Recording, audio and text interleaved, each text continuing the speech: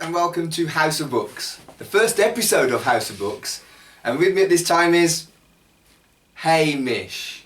Hello, Hamish. What's all this? You know.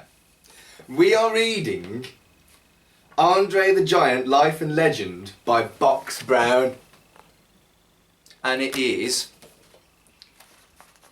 a comic book autobiography of Andre the Giant. That would be biography, Mark. Did I say autobiography? Yes, you did. Shit. Yeah. It's a comic book biography of Andre the Giant, because he didn't write it or draw it. Box Brown did.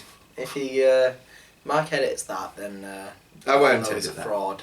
I won't edit that. Good opening to the first episode. Thanks. Well, because right, everyone knows I'm a bit dopey, and as if I know how to edit yet.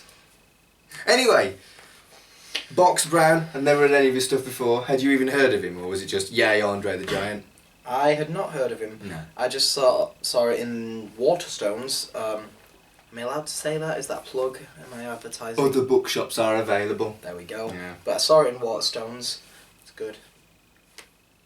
Go to Waterstones. Saw it in Waterstones, and I just was like, oh, that's interesting. And I'd been aware of comic book biographies before. Like there's one of Hunter S. Thompson.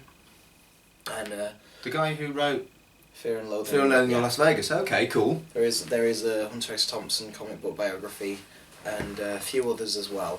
But I hadn't actually read any, so I thought, well, I'll have a look at that and see if it's a nice little introduction to the genre for me.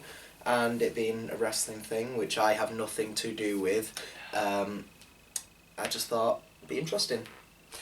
Yeah, and it's black and white, so obviously it reads left to right, but because it's black and white, strangely reminded me a little bit of manga. Well, the art style is kind of like some of the... Yeah, it's kind of manga-y. Kind of like some of the more comic booky, children-y kind of stylized manga. Like a bit... Oh... I'm trying to think of an artist, but I can't name him, but there's definitely a specific artist I'm thinking of from manga that draws similar to that. But yeah. But it is really manga-y, and that's not a bad thing. But it's clearly not manga because it was originally American, and it reads left to right. But well, it's just the cartoonist style. If you look at a lot of modern comic books, they're all in, like, it's just a cartoony style. Like, the reason it looks like manga is because early manga was based on Disney cartoons. It's not like it's been borrowed from Japan.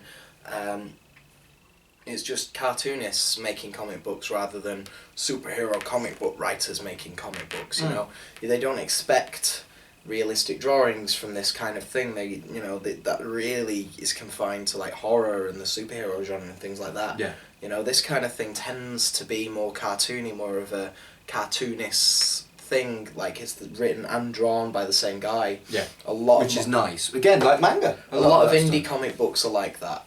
You know, like Scott Pilgrim is both written and drawn by the same person. Yeah. That kind of thing. Doesn't Adrian Tomine do that as well? I think so. Yeah. Yeah.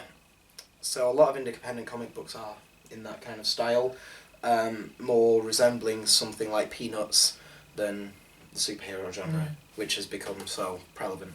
But I don't think I would actually call this a comic book. A lot of what people call graphic novels are actually trade paperbacks of collected comics, whereas this clearly wasn't that. This was written as a book. It's never been serialized, so it's actually it's a kind of a true graphic novel in a way, isn't it? Or graphic non-fiction. The thing is, the first graphic novel was a collected comic book. It was Watchmen. That's the first thing to be referred to as a graphic novel, and it was nothing more than a marketing ploy to make the comic seem more legitimate and readable. I kind of agree with Alan Moore on this, in which graphic novel is kind of a false term. It was created to sell comics. They're comics. It's just a big thick one. You know, it's still a comic. It's just bound in, nicer paper and with the proper cover. It's still a comic book, as far as I'm concerned. It's just a big one. So it's issue 1 of a issue series. See, that's what I'm getting at. Like comic. It's still comics, Yeah. And if anything, this is more of a comic book than what you would traditionally call a comic book, because it's a book. It is a book. I like books. It is That's why I'm doing literally this show. a comic book, you know? Yeah. It's not like a little comic magazine, which is what, technically, what we call comic books are. True. What did you think of the art style, before we start talking about the content? I liked it. It was clear. It's fun. Yeah. I guess we should show the camera some pictures, some nice stuff. It's very clear. It's fun, which I've already said. We can edit that out. No, I'm not going to edit anything, because I don't know how. Okay, fair enough. But, you know, it makes it entertaining. It's very easy on the eyes. It's easy to read. You can understand everything that's happening. It doesn't, like... It doesn't drown you with background, like show them that actually, because there's barely any background on some of those. Highly rated one man You know, if you look at a modern superhero comic book, they take a lot of time in making a nice little background, and that's fine for that kind of realistic style. But I think keeping this as it's very focused on the characters in the actual story, you know.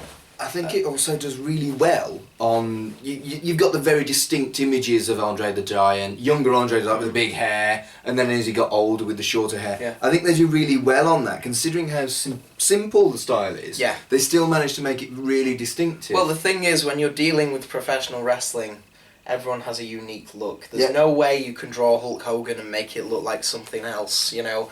There's no way you can draw Andre and make him look like something else. True.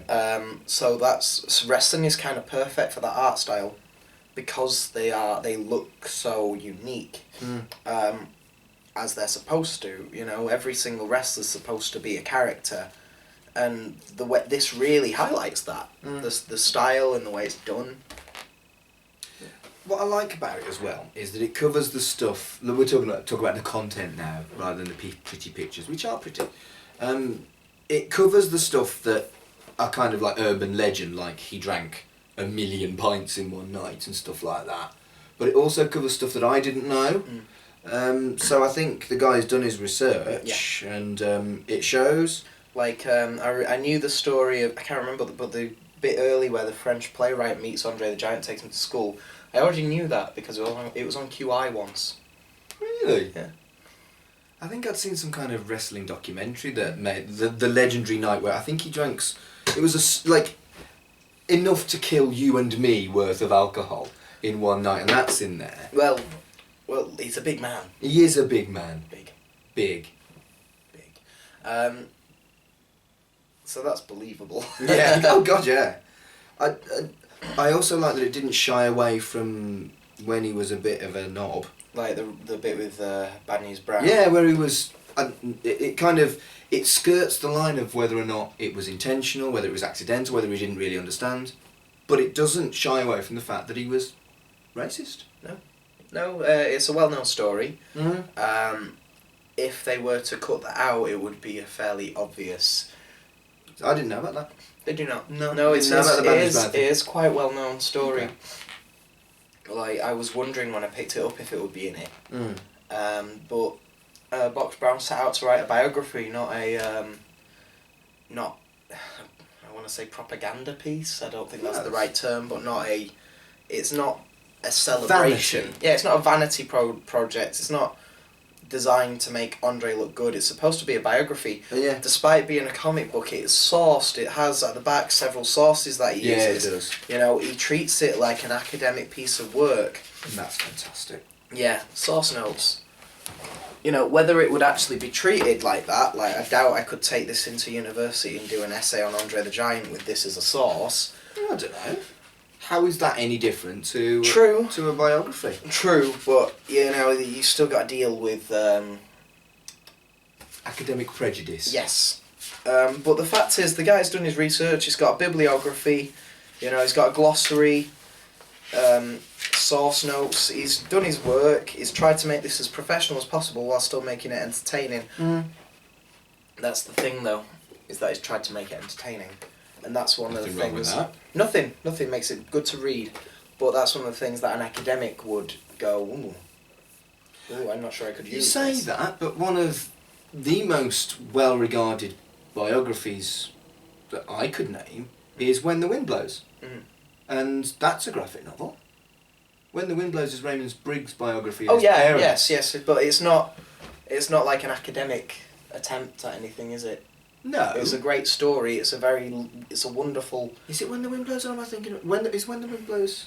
One's about the nuke. One's about the nuclear war, and the other one's about his parents. One of them, Raymond Briggs. Raymond That Briggs. guy who did the Snowman. Yeah, and Fungus the Bogeyman, and what was that one about Maggie Thatcher? Iron Lady and Tin Pot General. Yeah.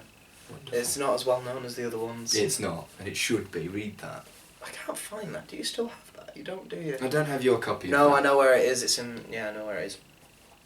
Rambling for you. Quite. Is there anything else you want to say about this book other than we both really liked it? I kind of feel like because we both really liked it, we have less to say than if one of us liked it and the other one didn't. But That's the issue that you have. Is we any book always have. Yeah, if everyone likes it. I like. He attempts to explain the psychology of a wrestling match, which is quite interesting. yeah, You know, discusses that. How much is true, I'm not going to say. We're not going to say. but you're not a wrestler.